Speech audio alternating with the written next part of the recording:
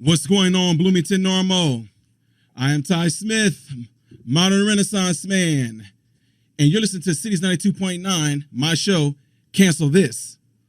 Phone number here is area code 309-451-9299, and you can also text the show at area code 309-451-9299. Ladies and gentlemen, we finally have some good weather out there.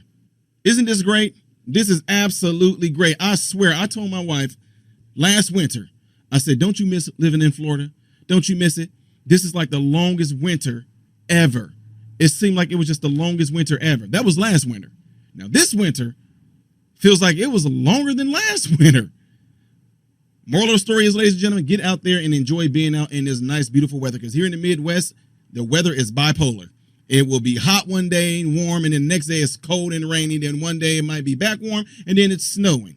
Very unstable weather. Just like the certain individuals I'm getting ready to talk about. Who am I talking about? I know you guys heard it because I know you just got done hearing Kat and Kev put it down when it comes to murdering children. What? What are you talking about? Yes, I'm talking about abortion, ladies and gentlemen. I know. Some people are thinking, are we going to be talking about that again? Yes. You want to know why? If you get tired of hearing about this, then I don't want you to become to a point to where in your life you feel like you are desensitized to murders.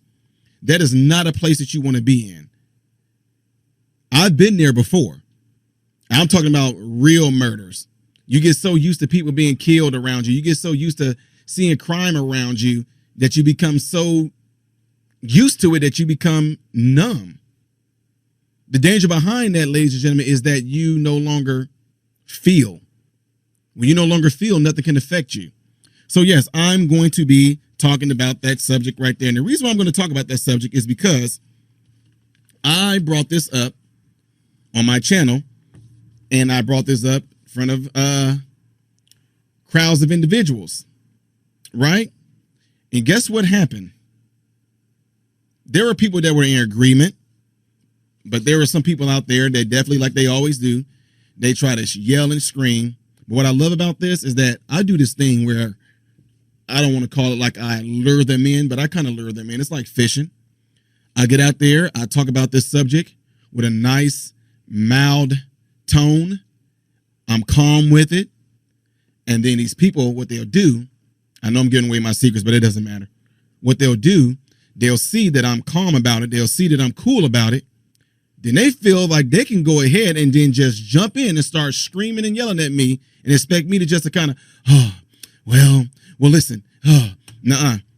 I give it right back to them, folks. When you do that and they see that I'm not one that you can play around with, they do one of two things. They shut down and walk off because they know I'm not here to play, or they'll sit there and listen. So when I'm able to get this pulled up here, I'm going to have you guys listen to this clip by Whoopi Goldberg when she was going off on a rant on A View. She was going off about this whole rant about my body, my choice, doing all this yelling and screaming. She got real amped up, and we'll play it here in a while. But I just want you guys to actually hear it when she said, because I'm going to make my points on this whole, argument that I know a lot of women, or whatever the heck they are, birthing person, bleeding person, menstrual person, a person who can shed uterus lining person. You guys are not even women no more, having no idea. This is an all-out attack on y'all to where y'all won't even have an identity anymore. But what I'm saying is this. That argument, my body, my choice, and I know you guys are going to hear this a lot. That right there is kind of like rinse and repeat. It's just like something that people just say to regurgitate something that they heard somebody else say. But what does that mean to say my body? Okay, if we want to get technical about it. If you are a woman and you're listening to me right now, you say your body, your choice. Your eyes is your body. Your nose is your body. Your lips is on your body. Your hands is your body. Your chest is your body. Your legs is your body. Your heart is your body. Your lungs is your body. Your spleen is your body. Y'all see what I'm going with this? Your transverse colon is your body. That's your body. You want to know why that's your body? Because it makes you, you. But that which is inside you, which is a human being, that is not your body, because that body that's inside you also has eyes, also has lips, also has hands, also has a heart, a liver, a spleen. Maybe on a small level that you can't see unless you're in the microscope, but it does have it. It's a baby. That is not your body. See, all those attributes that's part of your body that makes you you is exactly what that is. That equates to that is you. Because if I come and I attack you and I cut your arm off, you're going to say, he cut off my arm. Why? Because that arm is you. It's what make up what? Your body. But that human that is growing inside of you, that's being housed inside of you, that is not your body. That is not health. Health for who? It's not health for your baby that's growing inside of you. How is it health for you? Now, to the ladies, y'all know who you are. They screamed out and yelled, you don't understand because you're a man. Well, I beg to differ. You have no right calling me a man because you don't even know if you're even a woman. So again, those things is what make you you. For you to say those same things to me, you don't understand because you're a man. You don't know what it's like. I don't know what it's like. What? You don't understand the struggle that we go through. Whoopi Goldberg said this as well. You don't understand the struggle, how hard it is, what you got to go through. It's tough. It's tough. Well, I bet it is getting ready to murder somebody. Premeditated murder probably is tough on somebody's conscience. Some folks getting ready to get absolutely upset because I know I've already got a lot of people triggered because this is exactly how I told them. I know it's hard on your mind because it's premeditated murder. Why wouldn't you feel bad about getting ready to kill somebody? Who wouldn't? It is not murder. I got that a lot. It is not murder. Stop saying murder. Quit saying murder. I said, okay, homicide. I'm just saying, folks, I am not the one that you're going to be able to come at and yell and do those things to me because it's going to be of none effect. When you get to yelling like that, I just see you as a yelling kid throwing a tantrum because you mad that you are not getting your way with me, and it won't happen. I don't understand the struggle, what goes on internally. No, I don't. And then people say, well, you still can't say that. Yes, I can. It's premeditated murder. That's why you feel bad about it. If you don't feel bad about the choice that you're getting ready to make, then something's wrong with you. If you don't feel bad about a decision that you're getting ready to make, let's just step offside abortion temporarily right now. If you're getting ready to make a decision about what car you're going to buy, what clothes you're going to wear, what food you're going to eat, do you feel bad about those decisions while you're getting ready to make them? No. Why? Because there's a none effect, right? But if you're getting ready to do something that you know is absolutely wrong, why do you feel bad about it? Everybody that's listening to me right now, we've all have done bad things in our life, but at the same time, how many of you, before you made that decision or did that bad thing, in your mind, you sat there and you knew that there was something they're telling you, I shouldn't do this, or this is not right. I don't know if I should do this. Your conscience was there convicting you that you were getting ready to do something wrong. So when you say to me, I don't know what it's like. I don't understand the internal struggle that's going on. I don't understand like what goes on, the psychological effect it has on you before you get ready to make that decision. And then you tell me you don't understand because you're a man. No, I don't understand. It has nothing to do with me being a man. And I'll tell you why. It has nothing to do with me being a man. It has everything to do with me not getting ready to murder somebody. Of course I don't. But at the same time, I beg to differ when you say men don't know what it's like to get ready to make a harsh decision like that. Yes, I do, because there are plenty of them out there that made the same decision that you did. But the only difference is they're serving time for it. Uh-oh. Y'all want me to say that again? There are plenty of men out there that knows exactly what women who kill their children go through because those men are currently serving time for it. Murderers. They're in prison right now for murdering. I know. Well, I never thought about it that way, Ty. It's the same thing. And guess what? They actually went through the same thing that these women went through. A lot of women that actually end up having these abortions, before they did it, they would speak to you and tell you what they felt. They'll sit there and tell you what was going on in their conscience. They'll sit there and tell you how they cried. They'll sit there and tell you that they kept on trying to back out of it, but they ended up doing it. Well, guess what? There are people out there that's in prison right now, men are in prison, that did the same exact thing. If you did not know any better, if I had one of those little things where it kind of voiced over where they were like, well, you know, that's what I did. Listen, I did want to kill the baby, but I just wasn't. I didn't know my parents were going to do. If I put a voiceover like that over the men and the women, you didn't know who was talking. If they told you their story of what they did before they actually murdered the person and why they followed through with it, you wouldn't be able to tell if they were talking about an abortion or a murdering a person. You wouldn't be able to tell if that was a man or a woman. But guess what? The struggle that they went through and the psychological, like, play out of how they were going to murder a person that they went through, it all sounds exactly the same. Why is that? Why is that? We'll get to it, ladies and gentlemen. You're listening to Cities 92.9, the News Talk of Bloomington Normal. What's going on, Bloomington Normal? Ladies and gentlemen, folks and folkoramas, I am Ty Smith, modern Renaissance man, and you're listening to my show, Cancel This. The phone number here is 309-451-9299. You can text the show at area code 309-451-9299. And before we took the break, I was letting you guys know about this whole thing that's going on right now as a result of the Roe versus Wade leak, so-called leak that got out. And I was telling you guys about this little rant that Whoopi Goldberg went on, and we're going to listen to it right here. Listen up real quick. Here we go. When they decide something is not right for them, they're going to take it into their own hands. Well, we got tired of tripping over women in bathrooms, public bathrooms, who were giving themselves abortions because there was nowhere safe, nowhere clean, nowhere to go. This law came about because people wanted people to have somewhere safe and somewhere clean. It has nothing to do with your religion. This is not a religious issue. This is a human issue. If you care about me as a human being, you should know three things. Getting an abortion is not easy. Making that decision is not easy. It's not something people do lightly. It's not something that you can just do. It is a hard, awful decision that people make. And if you don't have the wherewithal to understand that, to start this conversation with, I know how hard this must be for you. If you're starting it by telling me I'm going to burn in hell, then you're not looking out for me as a human being, whether I subscribe to your religion or not. And that is not okay. All right, so y'all heard all that. It's funny that if you listen to that, she kind of, contradicted herself in a way there. She said it's an awful decision.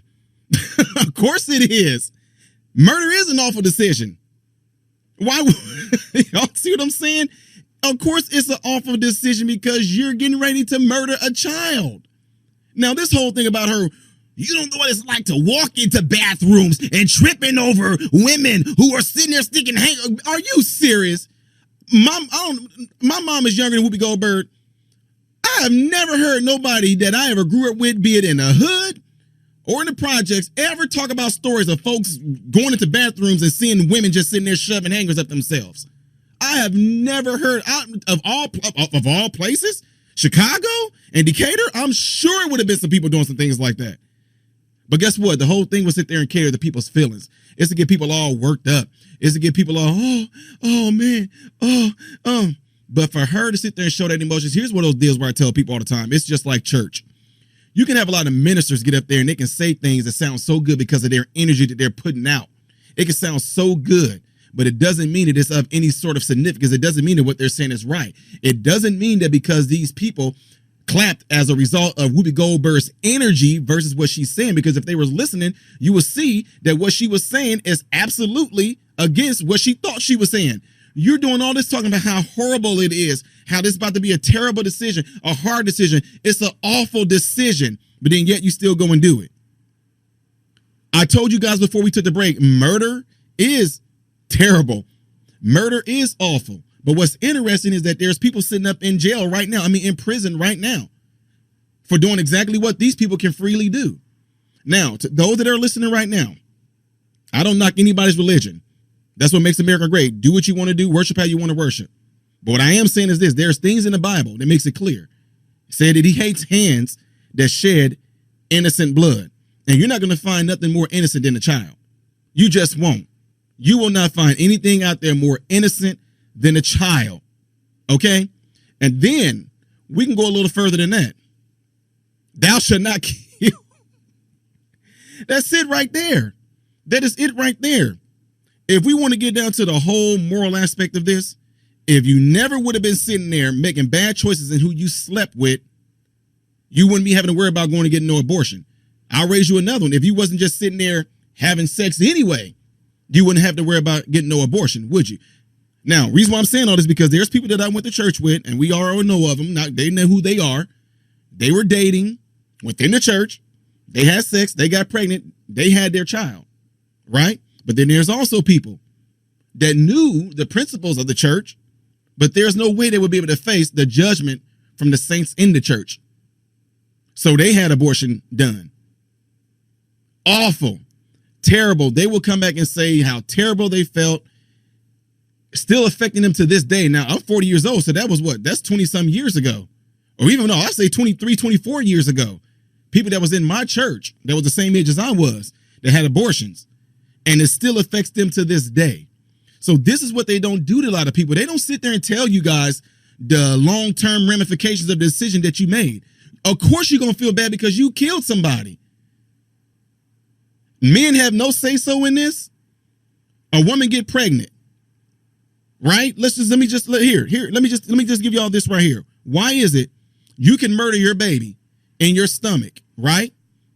But somebody like George Floyd, who sat there and beat a woman with a gun while she was pregnant and threatened to shoot her unborn baby.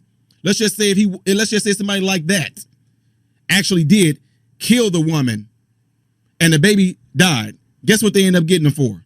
A double homicide. Now that's not right, is it? He should only get just homicide, right? He should just get homicide. He shouldn't get nothing for the baby. Because I mean, that's nothing. That was just an abortion, right? That was just an abortion. So why should he be charged for that? Where are you going with all this, Ty? It's the same exact thing if a woman do it, right? If a man or any other individual kills a mother and the baby dies, they will get charged for double homicide. So then why is it that if a woman doesn't tell her boyfriend or her husband that she's pregnant and she goes and have an abortion, why can't the husband or the boyfriend charge her for murder? Yeah, this is the world we're living in right now. You don't understand. I mean, y'all, ladies, I'm serious. If you can come and have an intellectual conversation about why, I mean, you're not going to get me to agree with it anyway. You're not going to be able to get me to see how murder can be justified with a baby.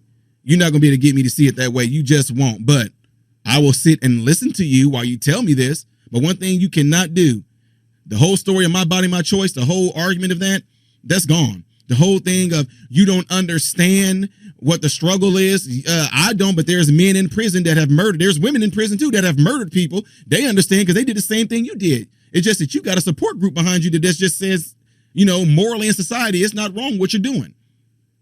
You're no different than them. And I'm telling you that you are no different than them. Well, Ty, what if she was raped? Well, okay, if you got raped, why did you wait so long to abort the baby? Why didn't you do the next day? I mean, if you got raped, you usually go to the police. The police do a rape kit, X, Y, and Z. And doctors tell you, do you want to take the medication right now to prevent any type of fertilization, X, Y, and Z? And you say no. So why would you? I mean, that argument is just ridiculous. Well, I don't know yet. I don't know yet. You get, you know what I mean, 3, 4, 5, 6, 7 months down the road and decide this is a rape baby and I want to kill it. You're a murderer. Plain and simple. Stop saying it's murder. Stop saying it's murder. Okay. Homicide. Seriously, folks. A lot of people don't want to think about it in that way, but this is what I want to throw out there too. Since they want to hypersexualize the kids in society today. Since you want to teach sexual education to these children at an early age, and you start showing them pictures of the vajayjay and the male parts, and you start showing them reproductive organs and all that, why don't you show them what an abortion look like? Please. Can that be something that we can write into law? Can we get legislation to get on something like that? Since they want to hypersexualize these children, how about we implement? Wouldn't y'all love to see that? Show of hands. No. How many would love to see this since they want to put this sexual education on these children in early? How about they show us what a child that's pretty much a few years younger than them looks like being ripped and shredded and torn apart and crushed and pulled outside of a vajayjay? How about showing that in school? You can show that in any age group. Show that in the 4th grade. Show it in the 5th, 6th, 7th. Show it through high school. Show them what it looks like to have an abortion. Oh no, don't let them get by with saying, okay, she's getting ready to go and have this procedure done to have her baby aborted, but we're going to cover this sheet up over her so she can't see what we're doing. No, let them see what's happening and see if your conscience will be able to look at you, see limb by limb, piece by piece, a crushed baby face who faces grimacing because it can feel the pain. Yes, the babies do feel the pain. The baby's feeling the pain. Let them see what that looks like being pulled out of them, and they can look right at that and say, oh, well, it was just a fetus.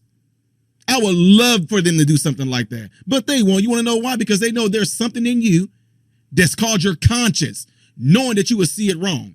And here's another thing that burns me up about y'all senseless folks that think that this is okay. Y'all will sit there and protest and fight for creatures that can't even speak, called animals. Animals got more rights than your baby in your stomach.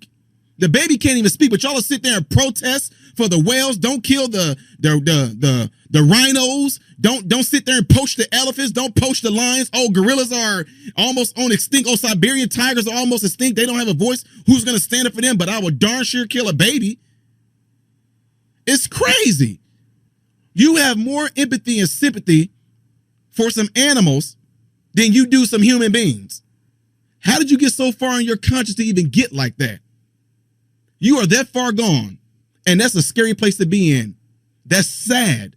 That's absurd. And if you think any other way that it's okay, then you have some psychological issues. Folks, you're listening to Cities 92.9. The Dudes Are Talking Bloomington Normal. We will be right back. What's going on, Bloomington Normal? I am Ty Smith, modern Renaissance man, and you're listening. The phone number here is area code 309-451-9299.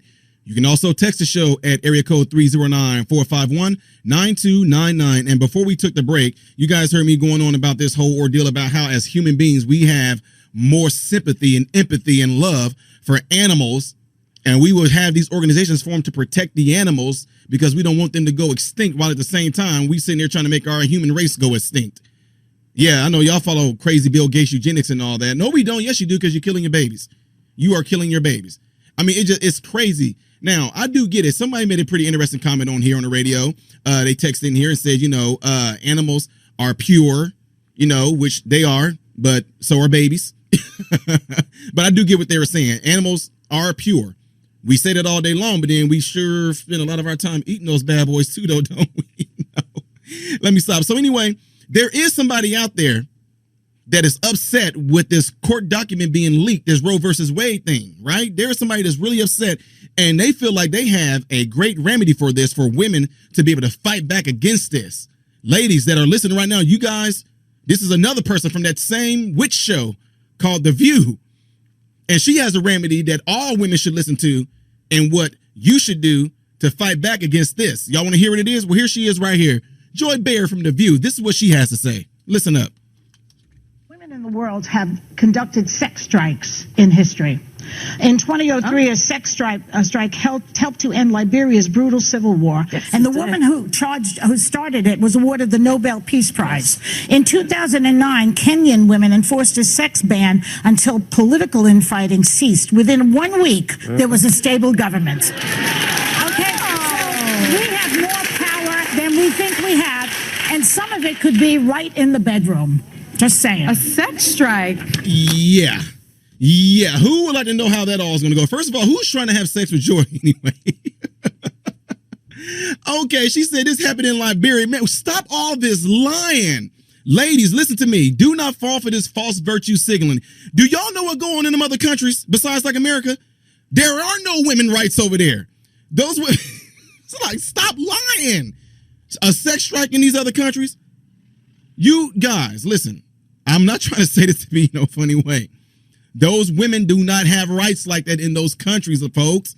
They don't have rights like the women do over here. Listen up close. They do not have those rights. If the women over there in those different countries where they have no rights was to try to stand up and do something like that, they're all going to be invited to a rock concert. Some of y'all don't get it. They're going to be stoned is what I'm saying.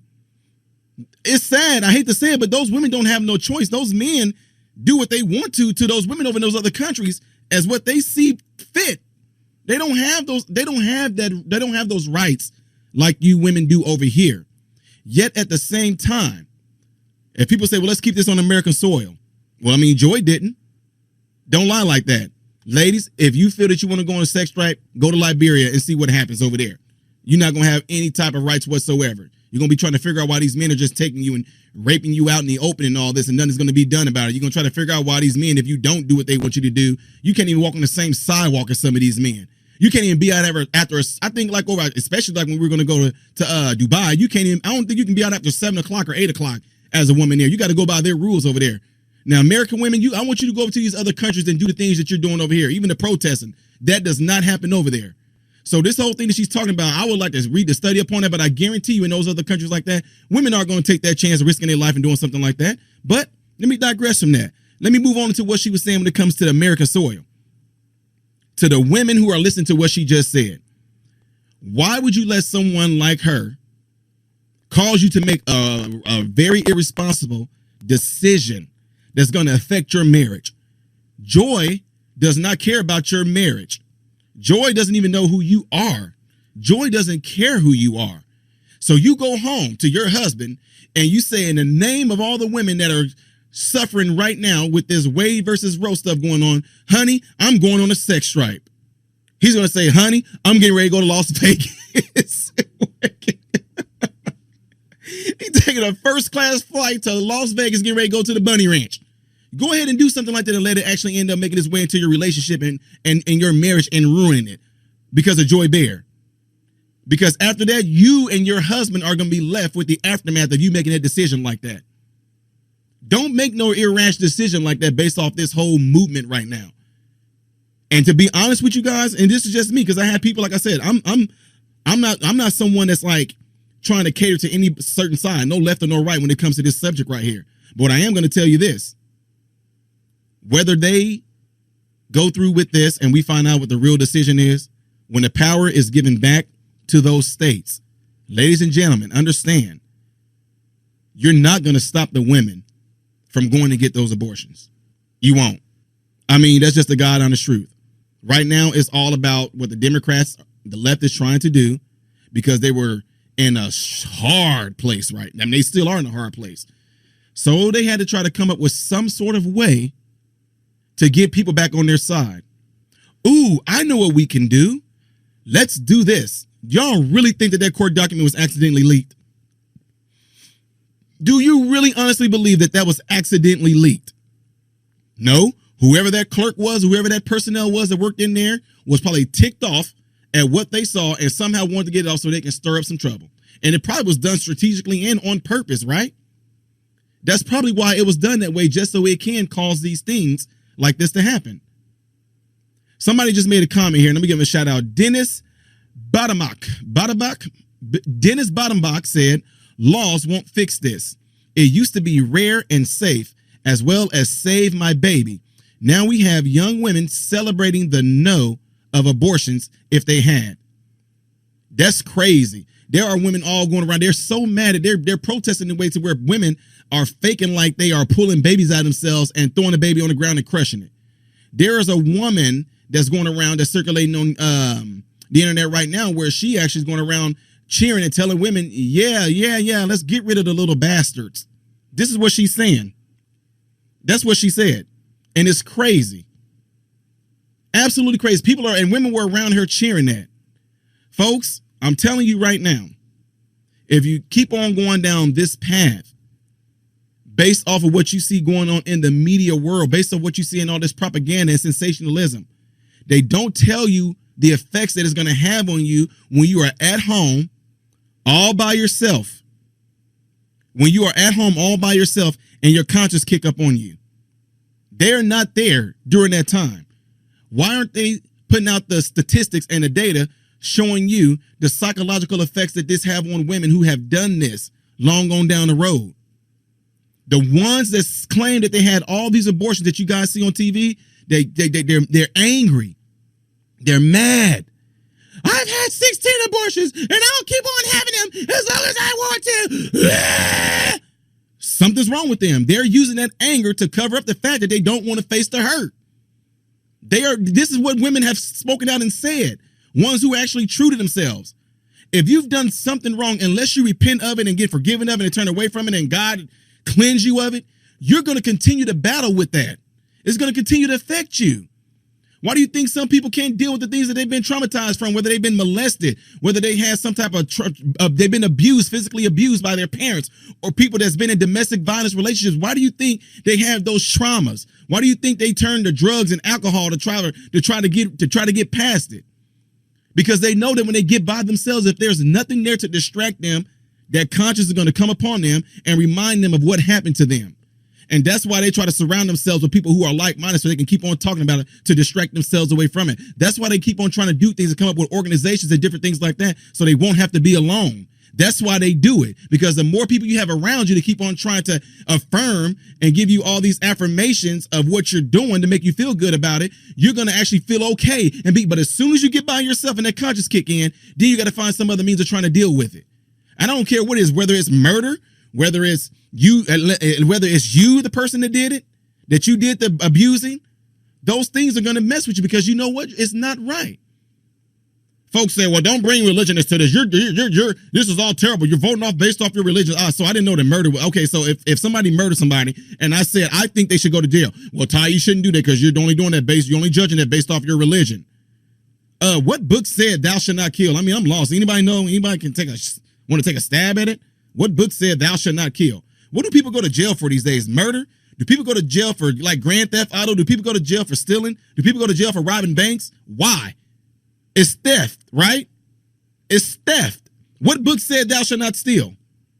I have no idea what book said that. So for a lot of people that like to throw things out there and say, well, don't bring religion into it. You shouldn't bring religion. It shouldn't be based off your religious decision. Well, I guess the murderer should walk then. I guess they are walking. They're called women to get abortions.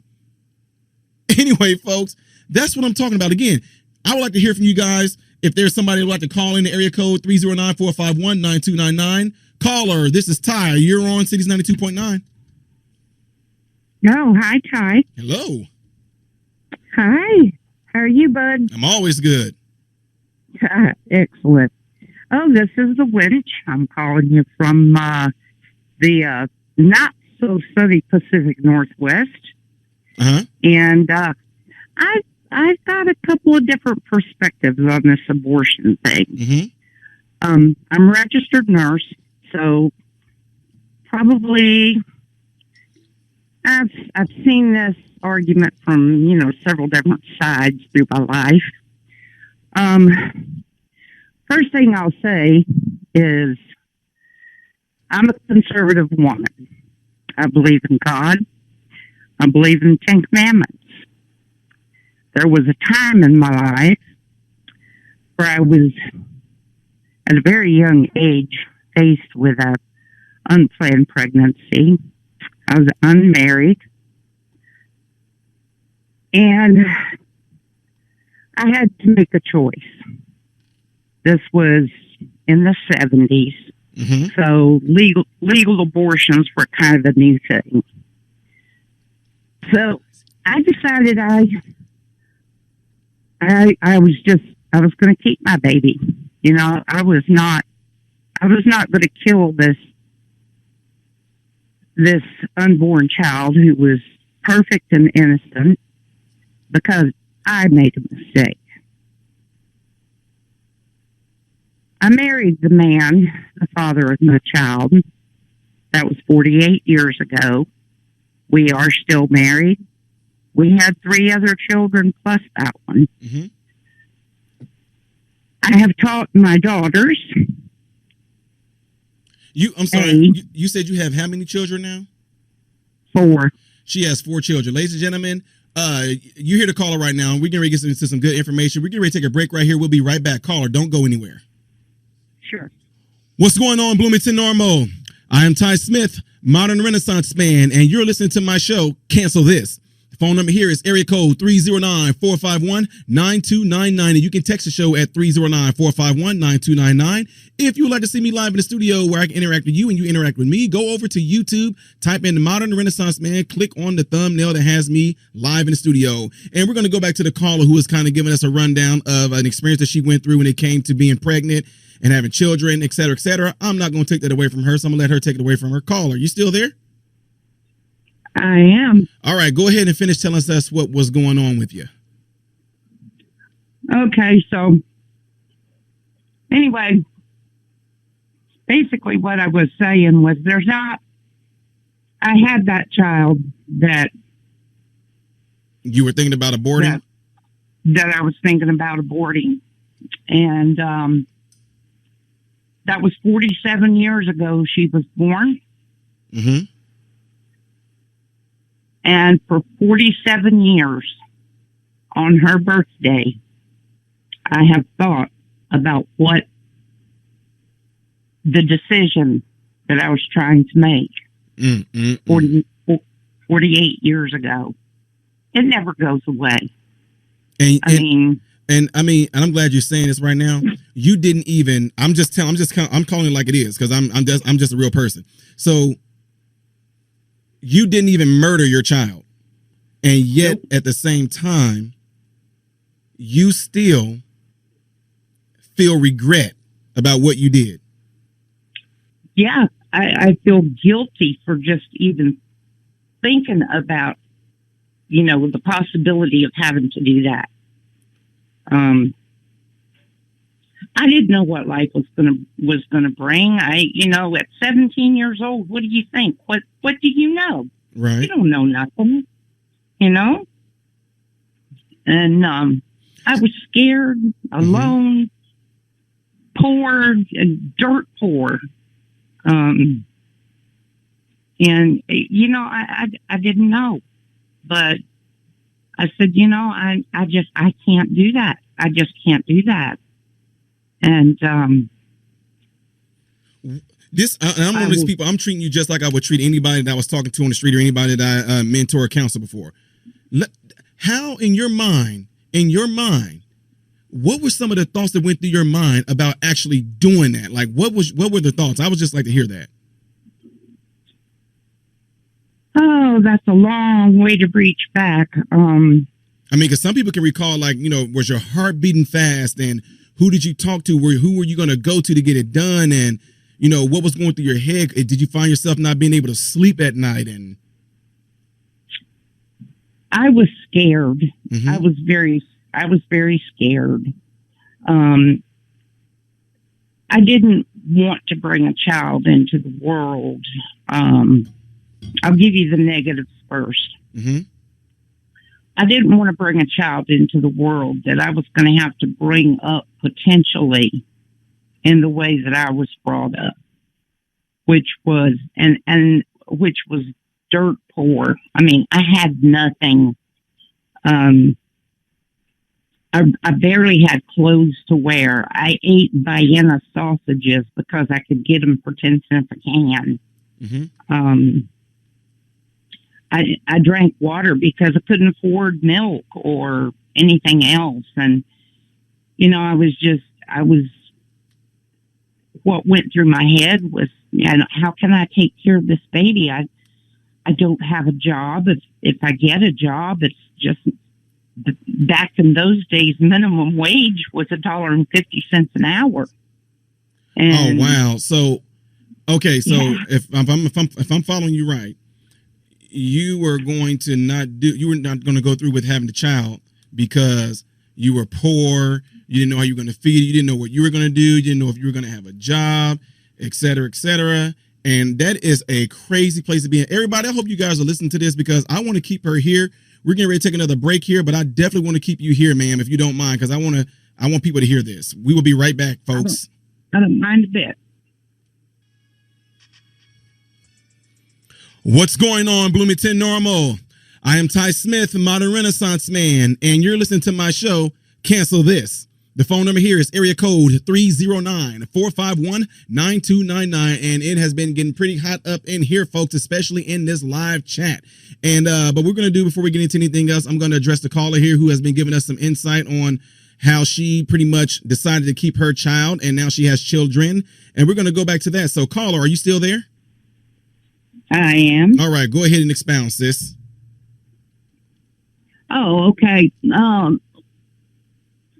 So we were talking about my feelings at that time, being so poor and scared and not wanting to bring a child, into the same kind of environment and world that I had grown up in as a child. And, right.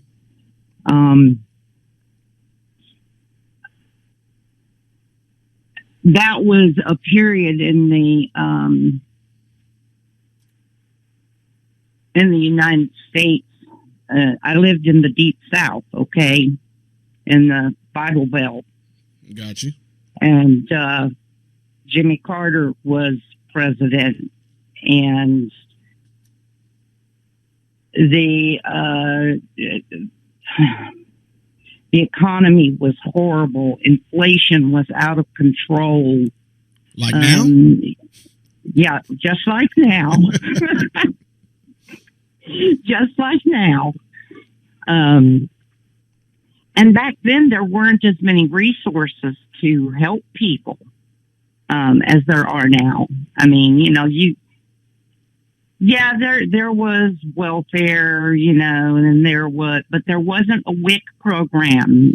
There was nobody there to feed your baby if you had one. You had to do it. There was not as many HUD programs where you could, if you did make minimum wage, where you could go find an apartment at a reduced rent and take care of yourself and your children and have a roof over their head and food on the table. And I mean, it was a whole different world. Wow. Just a whole different world. I hear you. Now, this might seem like a little strange question I'm going to ask you, but did you have both your parents? My parents were divorced. So pretty much you were with your mom, I assume? I was actually living with a brother. Okay. My parents had separated. They were in a Johnny Depp Amber Heard relationship. Oh, wow. Wow. So now, all in all, now I take it that your first pregnancy, you were 17 years old, right? Yes. Now, is that the man that you married, or? That is the man that I married. Okay. Okay. So now, did he know about that? Yes. And you guys were going to decide to do that together, or was that a one-sided deal where you thought it was best that you did it? Or, I mean, I'm just asking questions. If you feel uncomfortable answering, there's no judgment by me whatsoever. I'm just pretty much just getting some general. No. At that particular stage, I had not told him that I was pregnant, and I did not want him to know because I did not want to feel like I was trapping a young man into marriage. Okay. I thought that at 17, I thought I was just being cool and being smart, and I was just going to be independent and do my own thing. And if he would never know about it, and if he stuck around, that would be great. I really loved him. I mean, I was young, but I knew that I loved him. Mm-hmm. But I did finally. I did finally talk with my mom, and the disappointment that she felt in me for being pregnant just really reinforced that feeling of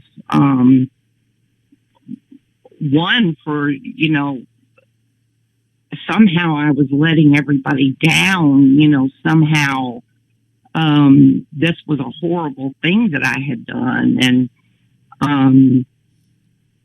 why, none of your other sisters ever found themselves in this kind of position. So there were just a whole lot of social dynamics and family dynamics and personal dynamics going on as to why, well, maybe this is the right thing for me to do. Maybe I should just sneak away and get this abortion, and nobody will ever know the difference, and everything will be normal. Everything will go back to normal. Okay, I hear you now. Question on, okay, now that I heard what you just told me, right?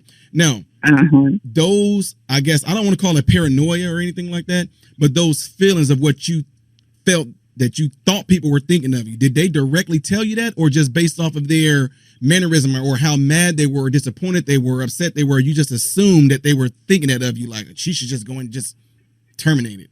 Or you just thought that was be best because everybody else was so upset and mad? I just assumed it. I think there's just so much that goes into coming up with a decision like that, that you put, and then all the hormones of pregnancy too. And you just put yourself in a situation in your own head that you can't think. You can't think properly. That's what I'm getting at right there. See, that's the part that that's the part that I talk to a lot of people about, because I just think to myself, like in your case, let's just say when you came to your mom about the situation, right? If your mom or even any other family members, if you would have told them that, if they would have been like, what? You're pregnant? Oh my God, I'm so happy for you. Do you know what it's going to be yet? Oh my God, okay, we got your back. We're going to make sure that you got your food. We're going to make sure that you're taken care of. We're going to make, now, would that have definitely had your outlook like, oh, okay, well, I'm good? Oh, yeah. That's the part that I'm talking about right now, is that's what's not being done. A lot of families are not doing what I just did right there. I kid you not. If my son, I got two sons, 20 and 18 years old. If one of them was to come to me and tell me, Dad, I got this girl pregnant, I've already had these conversations with them about it. Will I be disappointed? Yes, but ain't no sense in me thriving and dwelling on that now because they got a baby on the way. What I would definitely tell them, well, you might as well get ready to hunker up, buddy. I hope you got, job is on the way. You might as well get ready doing this, because guess what? I'm going to look at that like this is getting ready to be my grandchild coming into the world. Not like I'm so mad at you. I'm disappointed. Why would you do something so stupid? Why would you? That definitely will make them do exactly what you said and exactly what you were thinking. And everybody was so ticked off and mad at you. You felt that the best way would be to do is just to terminate my baby. That way everybody can be happy. But the thing is, in the end, you will be still the one left with all that misery. You would have been left with the regret of killing the baby. You would have been left with the regret of somebody would have come to you and said, we didn't care if you actually were pregnant. You would have been like, well, why didn't y'all tell me? And then, who knows what would have happened with your mom thinking like, well, I didn't mean for you to go out and do that. But yet nobody really said we had your back or anything like that, too. They made you feel like you were pretty much less than because of this situation. Oh, yeah. Yeah. I mean, it would have been so much easier if I thought that I had that support. And, Right. Now, this is what's really interesting about our current circumstances right now. In your case, there are people that they are encouraged to do what you were going to do. You said that based off of people's reaction, they seemed like they were a little upset. They seemed like they were a little, oh man, I can't believe this. They were a little disappointed in you. So you thought by them saying that you figured I will make the decision, make it easier so no one would be mad at me. But I can't imagine if you was in today's environment where you got a support group telling you, go and kill it. Go and kill it. Oh, like I bet that would just be like even worse. So, I mean, I just can't even imagine that. But ma'am, I really, really do appreciate you calling in. I thank you for sharing that. I hope that you call in again. We're able to hear from you, because this is going to be something that's going to be pretty much ongoing for the months ahead. And I'm sure people are going to be wanting to hear from you again. So again, everybody, shout out a huge, major shout out and huge love to the lady that just called in that gave her account of what it was like when she got pregnant and psychological things that she went through. But thank God she kept her daughter. She said her daughter is 47 years old and she has other children. Huge shout out to that woman for bringing life to this world. Beautiful. We'll be back after this. Bloomington Normal. I am Ty Smith, Modern Renaissance Man, and you're listening to Cancel This. The phone number here is 309-451-9299. You can also text the show at 309-451-9299. If you want to see me live in the studio where I can interact with you and you interact with me, go over to YouTube, type in Modern Renaissance Man, and see me live in the studio. Ladies and gentlemen, we have a caller that's been waiting on the phone patiently. We're going to address that call right now. Caller, you're on Cities 92.9. Caller. Hello? All right, we didn't get the caller there. We thought we had somebody there, but also there's someone on there that I would love to call in who's making a lot of comments on the texting in right now. David, I would love for you to call in. David doesn't think that abortion is murder, and David has a lot to say on the internet, but we would love for David to call in. Everybody wants David to call in. Let it be known. David, the phone number here is 309-451-9299. David, call in. Do not hide behind that computer. Do not hide behind those words, David. Call in to Cities 92.9. But when you do, make sure that there's no swear words. We'd appreciate that, all right? So anyway, folks, I'm going to lead y'all on to another thing here that I think is a complete insult but I'm gonna let y'all hear why. So listen, this is Jen Psaki, press secretary. She is doing the knight's move of tapping the shoulder with the swords and ushering in the new press secretary. But I want you guys to hear this, all right? Pay close attention to the wording here. Here we go. About my friend Karine. You've got to come up here. So I just want to take the opportunity to celebrate and congratulate my friend, my colleague, my partner in truth, Karine Jean-Pierre, the next White House press secretary. Now, many people in this room have known her for some time, but for anyone who does not know her, I want to provide a little bit of a primer for you, so settle in.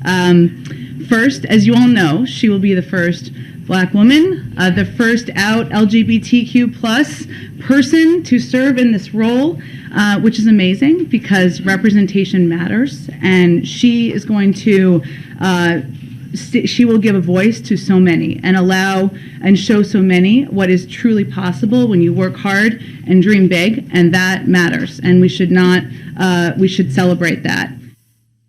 All right, y'all heard that? Did you guys hear that? This is what gets me about this. Folks, you have to be able to decipher and read between the deceitful lines right here. She introduced the woman to come up, right? And the first thing she wanted to point out and let everybody know is that she was Black. Number one, as if y'all couldn't see that. She wanted to let everybody know she's the first Black, which technically she's not, because if you go back to, I think it was President George Bush, his press secretary, I think it was the deputy, that was a Black woman. So anyway, I know she wasn't officially press secretary, but she served the same role as this lady that Jen Psaki is turning this power over to. So anyway, why was it the need to point out, why was it necessary to let us know, first and foremost, that this woman was, one, a Black woman, and two, that it was a woman? No, I'm just kidding. If it is, I don't know. In today's world, women, y'all don't have a definition. But one, that she was Black, and two, that she was from the LGBTQIA organization. That's the LGBTQIA. Why was there a need for her to push that out there? What did that have to do with anything?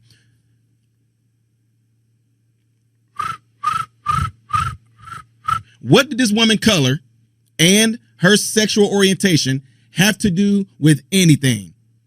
Now, she went on to say what this woman qualifications was, things that she have done. That's what should have been talked about right there. What should have been talked about was, I'm introducing such and such. And you all know her. She's very qualified because she served on this, she served on that, she spoke on this, she was on the board with this, she was one of the directors for this. Those are things that you want to hear. I want to hear what makes you qualified for the position, not what you look like or what your sexual orientation is.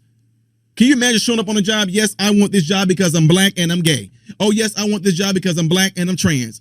Oh, yes, I want this job because I'm Black and although I'm a man, I'm claiming that I'm a woman. Oh, yeah, I want this job because I'm Black and I'm trans. Y'all know what I mean? Can you imagine showing up on a job and doing that?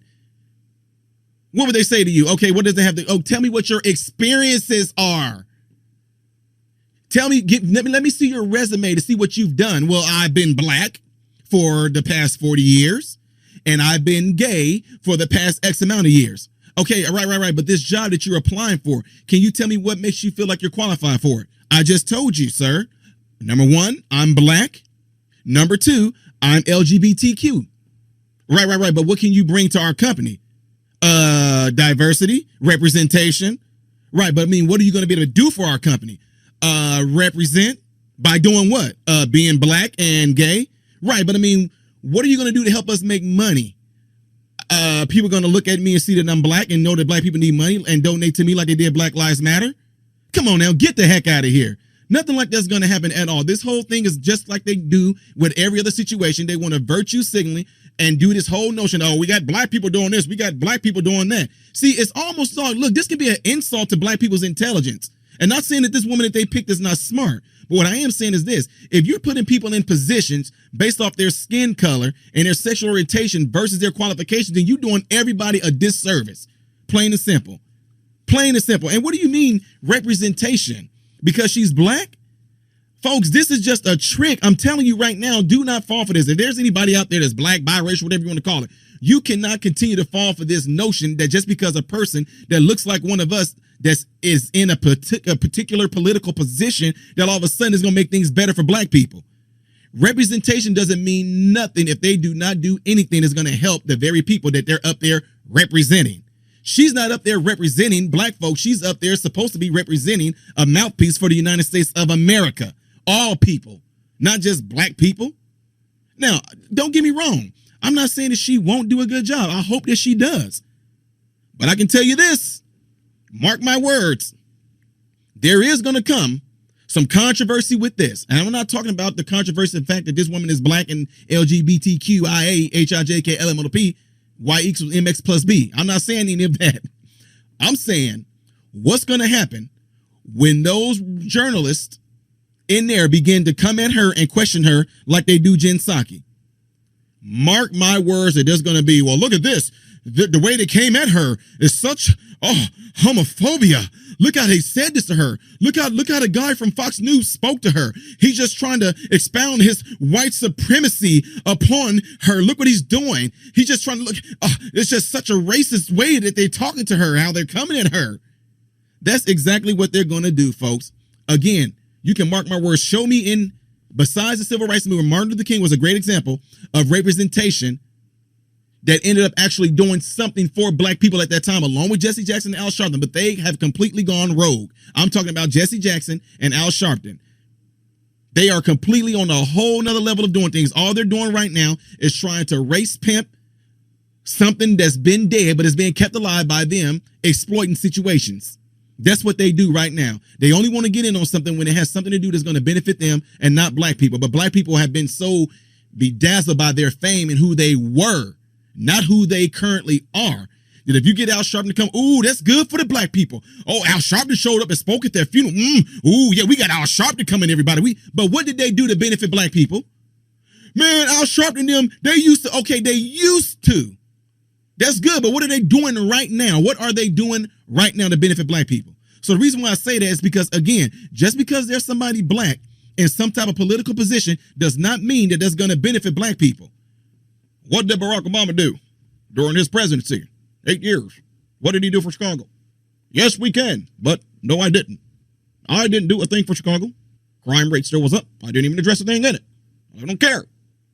What did Barack Obama do? There's a black president, right?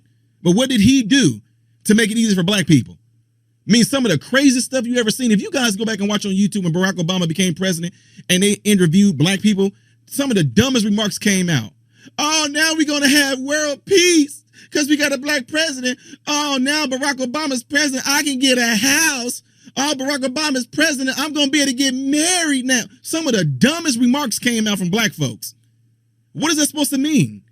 But during Barack Obama's time as being president, did things get better for black people? No. If you go and look and see the data, it actually got worse. And he was one of the reasons why. He just had to just try to make everything about racism. We were good. The percentage of how people felt about racism in America was really low. I think like at like a 20-some% of people thinking that race is an issue in America. 20% of Americans thought that way. But then he come along and make a remark, and all of a sudden, things started getting worse for blacks. Ladies and gentlemen, I don't care who you are or what side this is on for you, but just because there is somebody that is black in a political position, that does not equate to things getting better for black people. Whenever you go back in history and you look and see any type of black person that had any type of political position, you can go there and see that they did not do anything different than the white counterpart that was in that same position prior to that white person losing.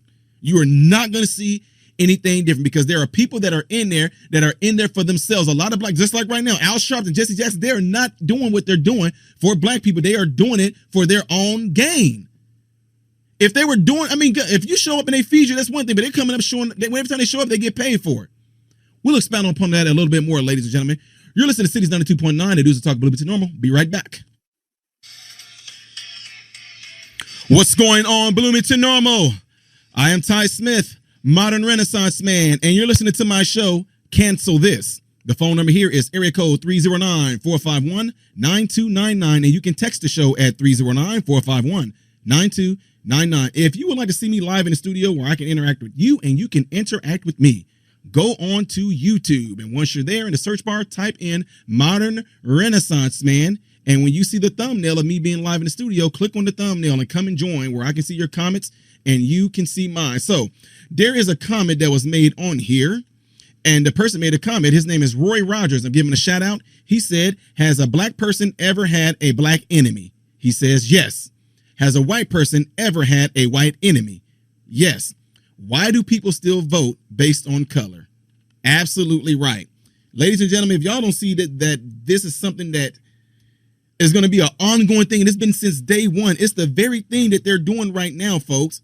Right now, with what Jen Psaki them just did and what the Biden administration is trying to do, ladies and gentlemen, understand that does not mean anything for black people. It's the same exact game, just a different tactic that's being used. It's the same type of game that the devil played from the beginning with Eve. It's the same exact game, folks. Y'all got to understand this.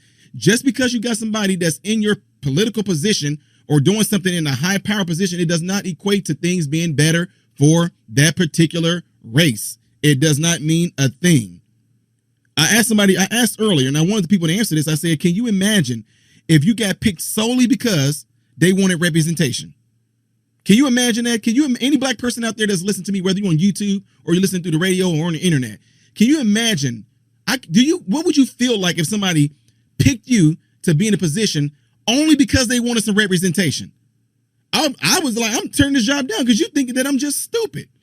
A lot of them already think that we're stupid anyway. And when I'm able to get this clip pulled up, I want you guys to hear this clip of these college students that were being asked if black people can get an ID. You guys will be completely blown out of your minds. And then again, some of you won't. They were going around asking black people if they asked some white college students if black people knew how to get an ID, if they knew how to use the internet, or if they knew how to get to the DMV, and it would blow you guys' mind. But look, it has been shown through cities throughout our whole country, cities that are predominantly black. It has been shown that when there are black people in positions of power, that things did not get better for blacks. Things didn't even change. And in certain instances, they got worse. So what is that telling you? It has everything to do with doing the right thing for all people, not just a certain. If you do the right thing and have everybody's that is a human being and part of this nation, if you have all of their interests at best and you do what's best for all of them, then all those people are going to benefit. So this whole notion of everybody thinking that we need to have more diversity, we need to have more inclusion, we need to have more equity. No, you need to have more righteousness is what you need to have. Plain and simple. You need to have more righteousness, and that's it. And it doesn't matter what color that comes from, because if you are all about truth and righteousness, then y'all know my slogan. The t-shirts are going to be coming out soon. Truth knows no color. It does not. Truth benefits all, though. Truth benefits everybody. Doing the right thing benefits everybody. But when you actually try to have it to where you just try to put things into perspective based off of somebody's color or their sexual orientation, it distracts away from that person's real qualifications. But oh, no. That's not what this is about, Ty. That's not what this is about. Too long has this nation gone on with black people not being able to. Oh, no. That's a lie.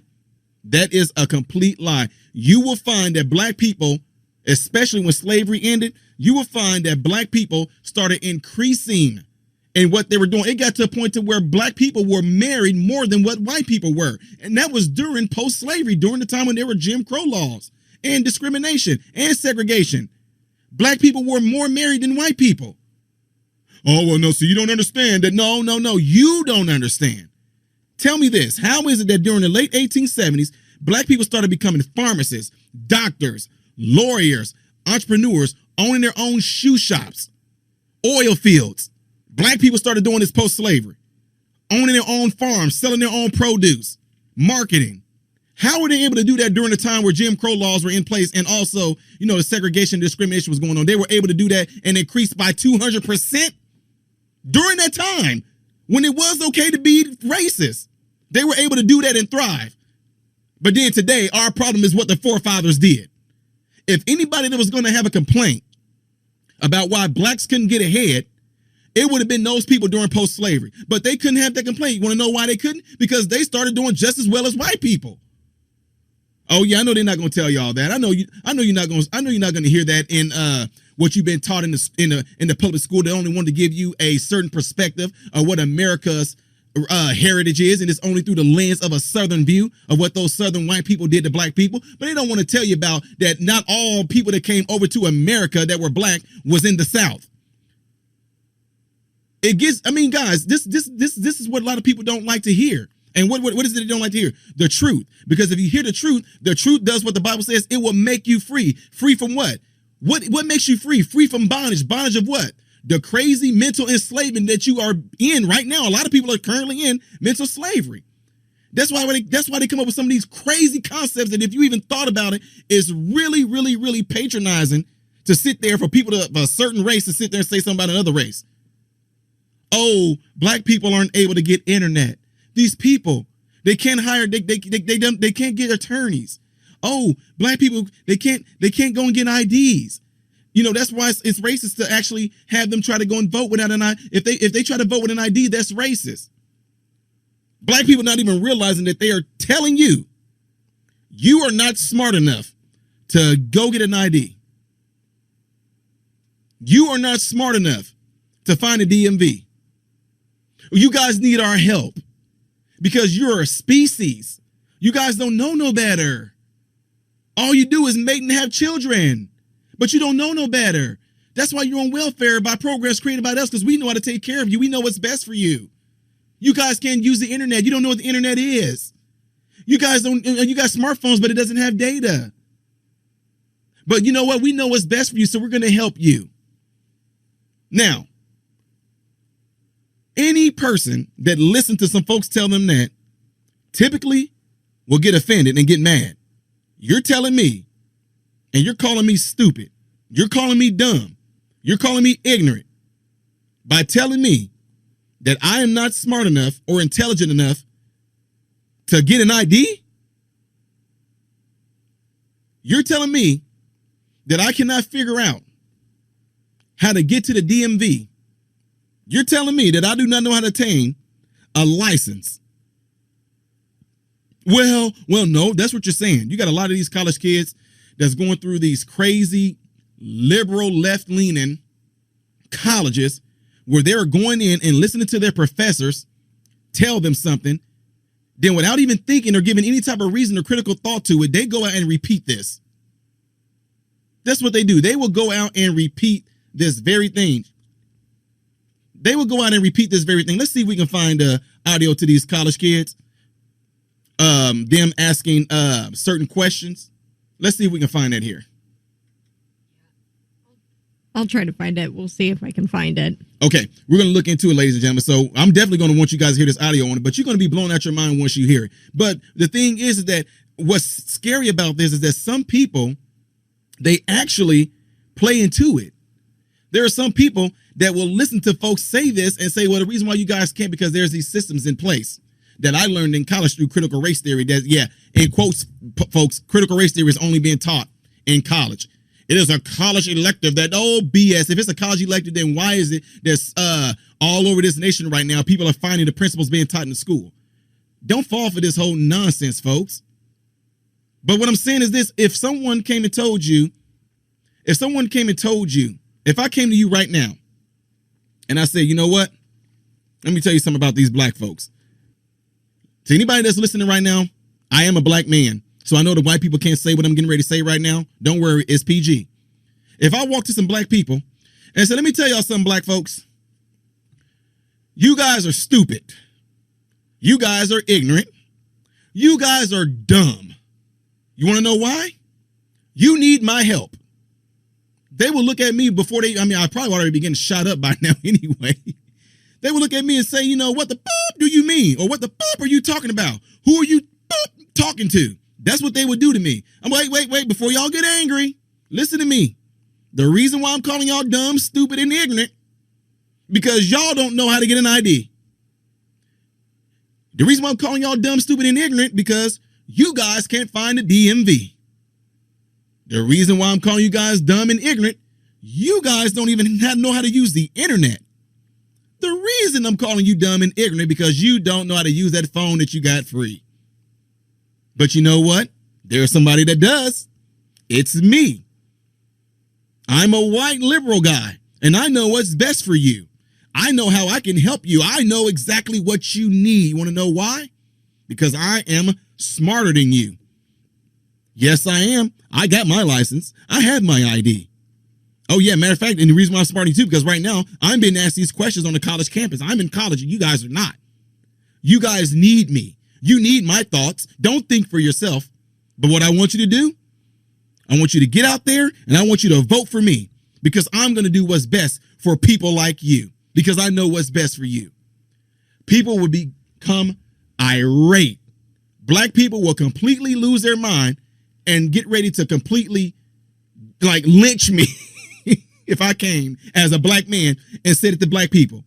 I wouldn't even have made it through this whole sentence of what I just said to you guys without getting something thrown at me, without probably getting shot at, without getting snatched off the stage or where I am speaking and all of a sudden start to get beat. I wouldn't even be able to get through that.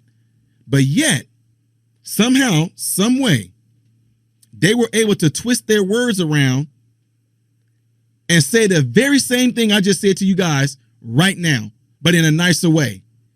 Because the whole thing that they want to do right now is push victimhood off on black people. Make you feel sad, make you feel bad, make you feel like it's somebody else's fault, make you feel like it's somebody else's responsibility, and then to turn around and say, because of those things, this is what is owed to you. And that's why you have a bunch of people that's of a certain mindset that's what they're going around doing right now. They're going around and acting out and acting crazy and lashing out because they feel like somebody owed them something. You owe this to me because y'all done this to me. You owe this to me because of your heritage and what you did. You owe this to me because of your forefathers. More of the show when we come back, ladies and gentlemen. You listen to Cities 92.9, the dudes that talk of Bloomington Normal. What's going on, Bloomington Normal? I am Ty Smith, modern Renaissance man, and you're listening to my show, Cancel This. The phone number here is 309-451-9299. You can text the show at 309-451-9299. And if you would like to see me live in the studio where I can interact with you and you interact with me, go over to YouTube. And when you go into the search bar of YouTube, type in Modern Renaissance Man. And whenever you see my icon that shows that I'm live, click on it. I can interact with you and you can interact with me. So before we took the break, I was going on about this whole notion of folks being questioned about black people and if we're able to obtain IDs, et cetera, et cetera. So I want you guys to hear this. Listen to this real quick. Here we go. How are voter ID laws racist? Are they? Should black people not have to have an ID to get a license? You know what I mean? Driver's license. Should you not have an ID for that? Like certain schools, you get a school ID. Should you not have a school ID for that? This is ridiculous. People just regurgitating things that they heard. You know what I mean? But not getting no truth behind this stuff. Just stupid. Those laws are racist? For sure. Do you think it suppresses the African American vote? Definitely, because they're less likely to have state IDs. These type of people. They're less likely to have state IDs. How? How are we less likely to have a state ID? What's keeping us from getting it? Come on, man. This is nonsense. Then this guy right here. People don't live in areas with easy access to DMVs. I think that's hard. Easy access to DMV. So where do white people live where they have easy access to the DMV?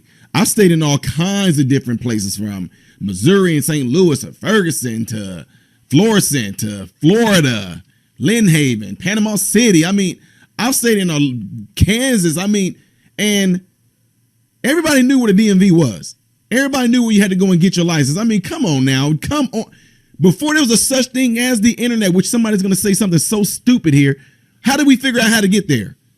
Your school told you. When you were testing to get your license, driver's ed, you found out where it was. If you didn't have a car to get there, heck, sometimes we took a bus. We wanted to get there. We knew how to get there. The heck is this nonsense, man? This is absolutely absurd right here. Give me 1 second here. This is absolutely ridiculous. Yeah, so anyway, let me move on. Harder for black people to go online. Well, I feel like they don't have the knowledge of how it works. See, oh my God. Now, I know there might be some context behind this, but black people don't have the knowledge to how it works. Don't have the knowledge to how it works. See what I'm saying, y'all? This is what I'm trying to tell a lot of folks. A lot of folks, you have no idea that essentially they're calling us dumb and ignorant. Like we some type of subspecies of the human race that we don't know. So might as well goes back into I don't know what the internet is and how's we're supposed to do it. I don't know. All I know is that the internet is like a net that I use when we used to go throw us out there to get some fishes for massa. We has no ideas. Please enlighten us, white folks. We has no idea how it works. Just see what I'm saying? Essentially, black people, they are calling us ignorant, like we stupid to this stuff. But then you got a lot of people that jump on and see the exact. We don't have access. We are disenfranchised. You don't even know what this stuff even means, and you agreeing with it. You are agreeing that they're calling us stupid and ignorant. Hey, hold up. You'll want to hear about all this, Ernie. Whew. All right, folks. So did y'all catch all that? Did y'all catch that? I mean, that's what I'm saying. I know a lot of people are laughing right now because I went into the old school slave-like type talk, but I'm just saying that's exactly what it seems like how they're looking at us with this. Like, I mean, she said she feel that we don't know how to use it. Oh my God, oh my God. All these different people in Black history that have invented stuff. Matter of fact, all you people out there that are holding a smartphone right now, go and look up and see who came up with that.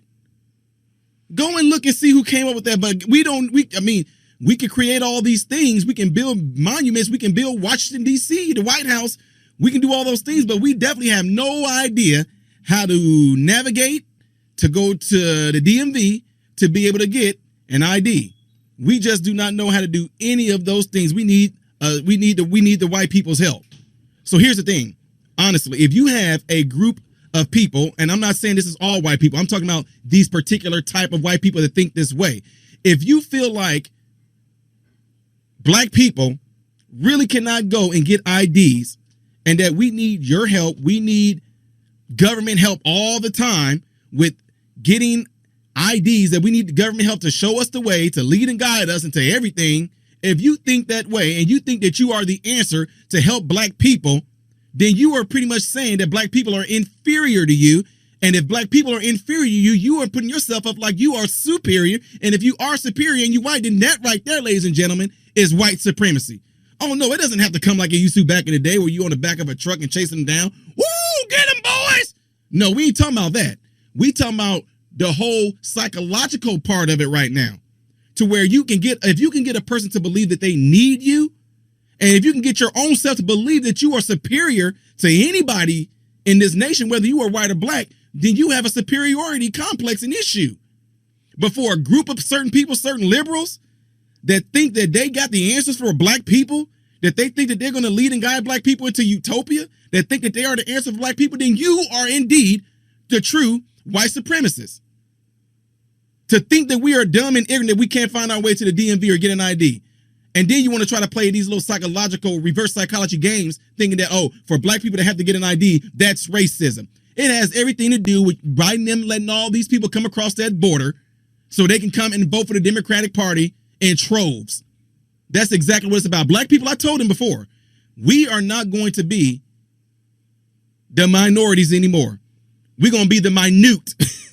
Because them letting all those people flood into this nation right now, and there's already a lot of people that are brown skinned, Latino, Mexicans, that already are on the Democratic side anyway, because they feel that them coming into this country, that's their past, and they're going to vote Democrat. Your voice is not even going to matter anymore, Black people. Mark my words. Years down the road, your voice is not going to matter. Your vote is not going to matter, because it's going to be overtaken by those people coming in through those open borders that can continue to let the Democrats do what they're doing right now. And if you think you have it bad right now, it's going to get worse. You better wake up, ladies and gentlemen, especially my Black people. Wake up. Folks, we're getting ready to get out of here.